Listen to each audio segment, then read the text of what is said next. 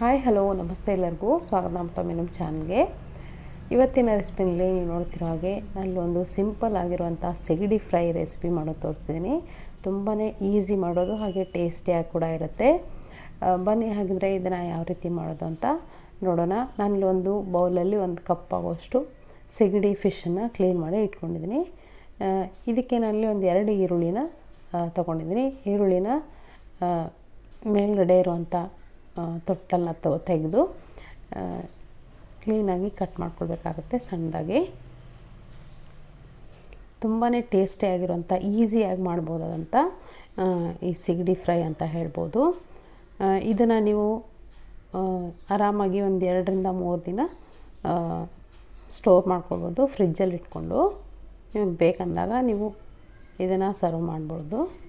So ಈ ಸಿಗಡಿ fry ಏನಿದೆ ಜೋಳದ ರೊಟ್ಟಿ ಜೊತೆಗೆ ಅಥವಾ ಚಪಾತಿ ಜೊತೆಗೆ ಅಥವಾ ರೈಸ್ ಜೊತೆಗೆ ತುಂಬಾ ಚೆನ್ನಾಗಿ ಸೂಟ್ ಆಗುತ್ತೆ.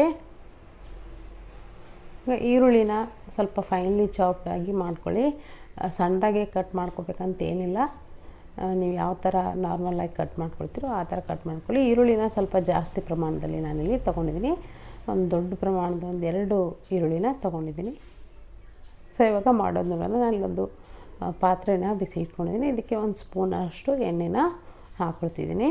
ಎಣ್ಣೆ ಹಾಕ್ಕೊಂಡು ಈ ಸಿಗಡಿ ಫಿಶ್ ಏನಿದೆ ಇದನ್ನು ಸ್ವಲ್ಪ ಚೆನ್ನಾಗಿ ಫ್ರೈ ಮಾಡ್ಕೊಳ್ಳೋಣ. ಮೊದಲಿಗೆ ಈ ಸಿಗಡಿ ಫಿಶ್ ಏನಿದೆ ಇದರಲ್ಲಿ ಸುಮಾರು ಕಸಗಳಿರುತ್ತೆ. ಇದನ್ನು ಮೊದಲಿಗೆ ಕ್ಲೀನ್ ಮಾಡ್ಕೊಂಡಾದಮೇಲೆ ನೀವು ಮಾಡೋಕ್ಕೆ ಸ್ಟಾರ್ಟ್ ಮಾಡಿ. ಸೊ ಇದನ್ನು ಈ ಥರ ನೀವು ಚೆನ್ನಾಗಿ ಮೀಡಿಯಮ್ ಉರಿಯಲ್ಲಿ ಇಟ್ಕೊಂಡು ಫ್ರೈ ಮಾಡ್ಕೊಳ್ಬೇಕು.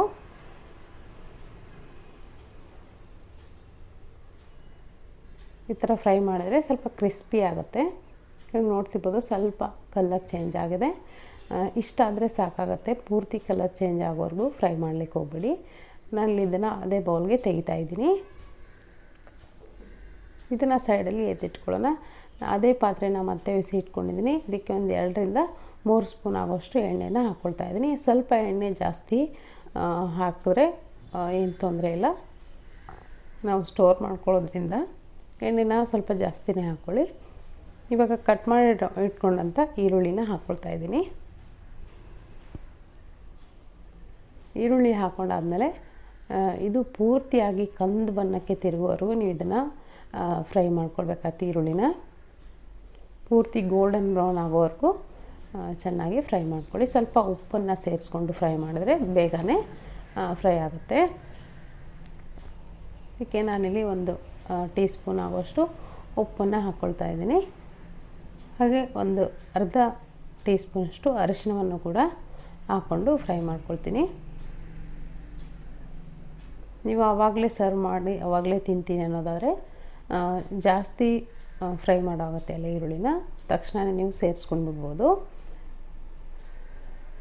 ನಾನಿಲ್ಲಿ ಸ್ಟೋರ್ ಮಾಡ್ಕೊಳ್ತಿರೋದ್ರಿಂದ ಒಂದು ದಿನ ಅಥವಾ ಮಾರನೇ ದಿನ ಕೂಡ ಇದನ್ನು ತಿನ್ಬೋದು. ನೋಡ್ತಿರ್ಬೋದು ಇವಾಗ ಎಷ್ಟು ಗೋಲ್ಡನ್ ಬ್ರೌನ್ ಆಗೋವರೆಗೂ ನಾನಿಲ್ಲಿ ಈರುಳ್ಳಿನ ಫ್ರೈ ಮಾಡ್ಕೊಂಡಿದ್ದೀನಿ. ಇದಕ್ಕಿವಾಗ ನಾನಿಲ್ಲಿ ಅಚ್ಕಾರದ ಪುಡಿನ ಸೇರಿಸ್ಕೊಳ್ತಾ ಇದ್ದೀನಿ. ಒಂದು 2 ಸ್ಪೂನ್ ಆಗುವಷ್ಟು. ಇದಕ್ಕೆ ಬೇರೆ ಯಾವುದೇ ರೀತಿ ಮಸಾಲೆ ಸೂಟ್ ಆಗೋಲ್ಲ. ಬೇರೆ ಮಸಾಲೆ ಹಾಕಿದ್ರೆ ತುಂಬಾ ಸ್ಮೆಲ್ ಆಗುತ್ತೆ. ಜಸ್ಟು ಅಚ್ಕಾರದ ಪುಡಿ ಹಾಕ್ಕೊಳ್ತಾ ಇದ್ದೀನಿ.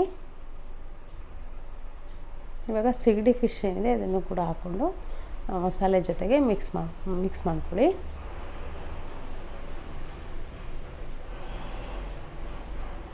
ಸೊ ಪೂರ್ತಿಯಾಗಿ ಮಿಕ್ಸ್ ಆಗಿದೆ ನೋಡ್ತಿರ್ಬೋದು. ಇವಾಗ ಮೇಲ್ಗಡೆ ಸ್ವಲ್ಪ ಕೊತ್ತಂಬರಿ ಸೊಪ್ಪನ್ನ ಹಾಕ್ಕೊಂಡು ಒಂದು ಸರಿ ಮಿಕ್ಸ್ ಮಾಡಿದ್ರೆ ಆಯಿತು.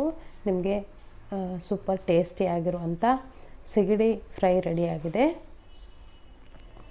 ಇದನ್ನು ನಾನು ಬೌಲ್ಗೆ ಸರ್ವ್ ಮಾಡ್ಕೊಳ್ತಾ ಇದ್ದೀನಿ.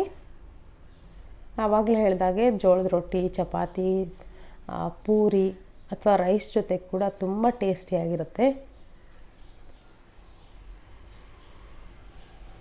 ಸೊ ನೋಡ್ತಿರ್ಬೋದು ಇಲ್ಲಿ ನಾನಿಲ್ಲಿ ಇದನ್ನು ರೈಸ್ ಜೊತೆಗೆ ಸರ್ವ್ ಮಾಡ್ಕೊಳ್ತಾ ಇದ್ದೀನಿ.